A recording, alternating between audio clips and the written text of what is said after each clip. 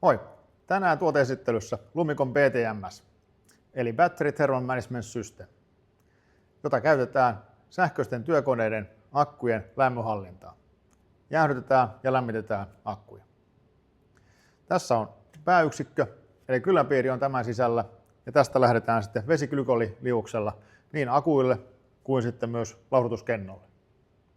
Se tarkoittaa sitä, että asiakkaan tuotannossa tämä on helppo kytkeä. Kylmäpiiri testataan meillä tehtaalla ja sen jälkeen asiakas kytkee sitten pelkkiä vesiletkuja omassa koneessaansa. Tätä yksikköä saa 800-volttisena DC-nä eli high voltagena tai pienimmillä jännitteillä esimerkiksi myöskin 400 volttia AC-ta, 230 volttia AC-ta, 24 volttia DC-tä.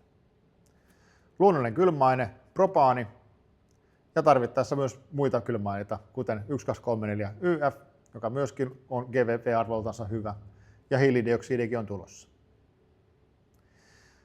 Tämä on modulaarinen järjestelmä, hajautettu sellainen, eli hajautettu pieniin yksiköihin, joita on helpompi sijoittaa sinne konepelin alle. Jos teemme yhden ison laatikon, mihin kaikki sopii sisälle, silloin lauhdutinkenno yleensä määrää sen, mikä sen laatikon koko on. Ja tässäkin lauhdutinkenno on noin 4 kertaa suurempi todellisuudessa kuin mitä tässä esittelymallissa. Modulaarisuutta tulee myös siitä, että tarvittaessa voidaan kytkeä 2 yksikköä rinnakkain, kytkeä ne yhteen ja siten saadaan tehoa kasvatettua.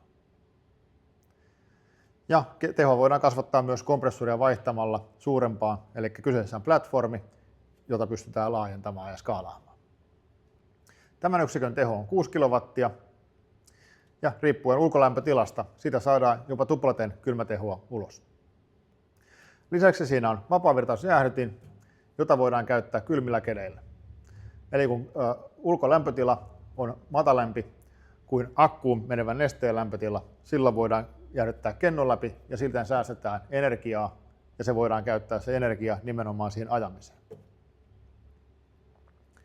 Siitä saadaan myöskin ulosotto hytille.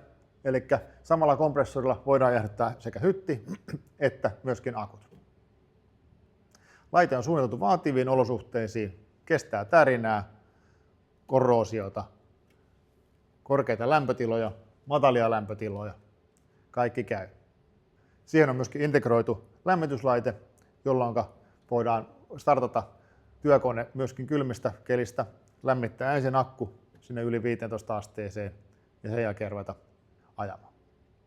Muu järjestelmä, kuten pumput, paisutasäiliöt, lauhdutinkennot, vapaavirtauskennot, ne mitoitetaan sitten sen mukaan, mikä asiakkaan koneeseen sopii ja mitä se vaatii.